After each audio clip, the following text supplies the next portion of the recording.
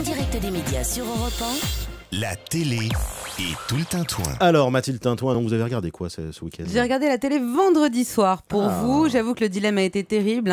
Me lancer dans Secret Story pour enfin comprendre qui n'est pas belge dans la Maison des Secrets, ou me la jouer à mort et regarder France 5. Et alors ? Et alors, mon amoureux m'a dit, si c'est Secret Story, je commande pas de sushi, donc j'ai regardé France 5. Deuxième partie de soirée, puisqu'il rediffusait, figurez-vous, un portrait de Monique Grégoire. Qui ça ? S'écrient en chœur tous les téléspectateurs de Secret Story. Une grande dame de la radio, je réponds. Et non, c'est pas la peine de me regarder de travers, je suis trop jeune pour l'avoir écouté, mais bon, ma mère m'en avait parlé, une sorte de fantasme absolu, en plus me fait dire que peut-être un jour on fera un portrait sur Mathilde Tintouin, la grande dame de la radio. Ça, ouais. Bon, autant me regarder tout de suite sur ce genre de portrait. Alors, Monique Grégoire, c'était qui cette dame ?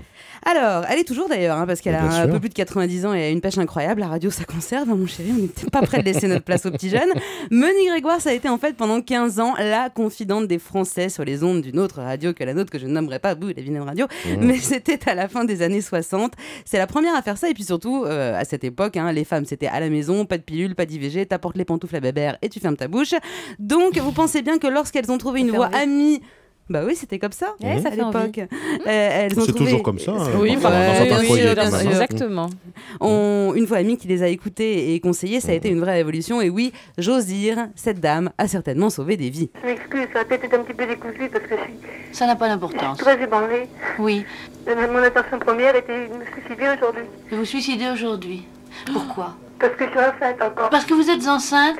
Oui. Vous êtes mariée, pas mariée. Si, je suis mariée, mais j'ai un petit enfant qui a 2 ans et qui a 1 an. Ça n'a pas de sens, vous voyez bien que ça n'a Parce que mon mari, qui va être au chômage, va me laisser avec les 3 enfants. Oui, parce que le principe de l'émission, Mathilde, c'est effectivement des auditeurs ou des auditrices qui appelaient pour parler de leur vie. Bon, ça parlait beaucoup de sexualité, mais de leur vie de couple. Au début, ça a commencé voilà. comme ça. Alors là, vous avez entendu, c'était pas la fête, je vous passe pas tout le coup de fil, mais évidemment, ça se termine bien, rassurez-vous. Et voilà ce que le pouvoir de la radio, en tout cas à l'époque, et surtout de cette dame, a pu faire comme miracle. C'était quand même assez balèze pour l'époque. J'imagine qu'il n'y avait pas que des cas graves comme ça, si ? Non, heureusement. Enfin, je crois pas que c'était comme ça tous les jours. Mais c'était une rebelle, la Monique Grégoire, pas une féministe, parce qu'elle explique qu'elle en veut absolument pas aux hommes qu'elle adore, mais que juste tout le monde était dans la même galère et qu'il fallait quand même pousser les femmes à sortir leurs griffes et à montrer aux mecs que ça va bien.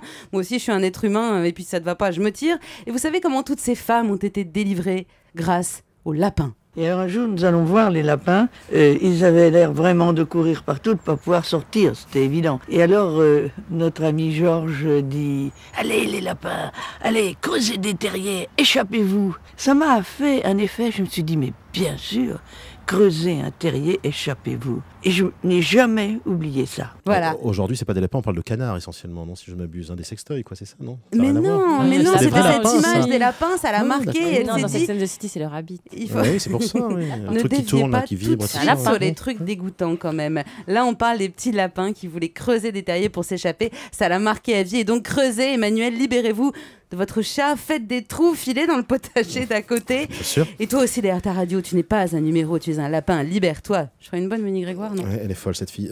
Alors, Monique Grégoire, on l'a bien compris, elle parlait donc aussi de sexe. Oui, ça, c'est venu petit à petit, mais bien sûr, elle a compris que tous les problèmes qu'on lui soumettait cachaient toujours des histoires de fesses ou de non-fesses, surtout, et même des histoires d'homosexualité. Vous imaginez le tollé général pour l'époque. Ouais, sauf qu'à l'époque, c'était l'homosexualité, ce douloureux problème. Moi, je me souviens de l'émission, Exactement. Mais non un seulement peu réac, quand même. on n'en parlait pas. Ah, mais j'ai pas écouté les. Enfin, en tout cas, elle était la première à en parler pour de cette l'époque. façon-là, enfin bref. Mais bon, zut.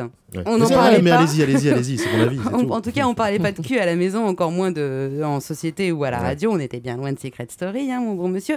Alors, Monique Grégoire a déclenché les foudres de plein de gens qui lui crachaient dessus, mais elle avait pas peur, et même en 74, elle a fait pire. Vous avez donc connu 5000 hommes, la sexualité de 5000 hommes. Il me semble que vous pouvez parler et nous dire ce que vous en pensez. Vous savez, je crois que les hommes réclament toujours plus. Alors, de toute façon, la femme ne pourra jamais donner à l'homme ce qu'il désire. N'ayez pas peur, 5000. Karine Le Marchand. 5000 hommes, c'est parce que c'était une prostituée, et voilà. Et d'accord, qu'à il fallait l'époque, préciser, effectivement. vous allez le dire après, elle a ouais. été la première, évidemment, à donner la parole aux prostituées. La Révolution, là encore, je vous raconte pas. Enfin bon, c'était un joli portrait d'une grande dame, émouvante et toujours émue parce que les gens qui la reconnaissent dans la rue continuent à se confier à elle. C'était assez touchant. Mais elle ressemblait de à voir. quoi Une petite dame brune, assez élégante, voilà. Bien mise, propre sur elle. Voilà, exactement. Bien mise. Voilà. Mise, ouais. Je sais pas comment je vais faire pour avoir droit à un portrait comme ça. Moi, j'ai du boulot. Emmanuel, vous voulez qu'on parle de votre vie? Oh là, ça suffirait pas de chronique, hein, ma petite. Merci beaucoup, Mathilde Tintoin. On vous retrouvera évidemment demain, après que vous ayez regardé ce soir une émission, peut-être. J'espère que vous allez regarder le bilan d'Amour dans le pré. Ouais, je vais regarder le bilan de l'Amour. Ah non, mais ça va être formidable et vous allez voir, il va y avoir beaucoup de révélations. C'est vrai. Beaucoup d'émotions. Ça tombe bien, j'ai dû en louper quelques-uns. Et des images fantastiques, une lumière extraordinaire. Je regarderai, promis. C'est vrai en plus.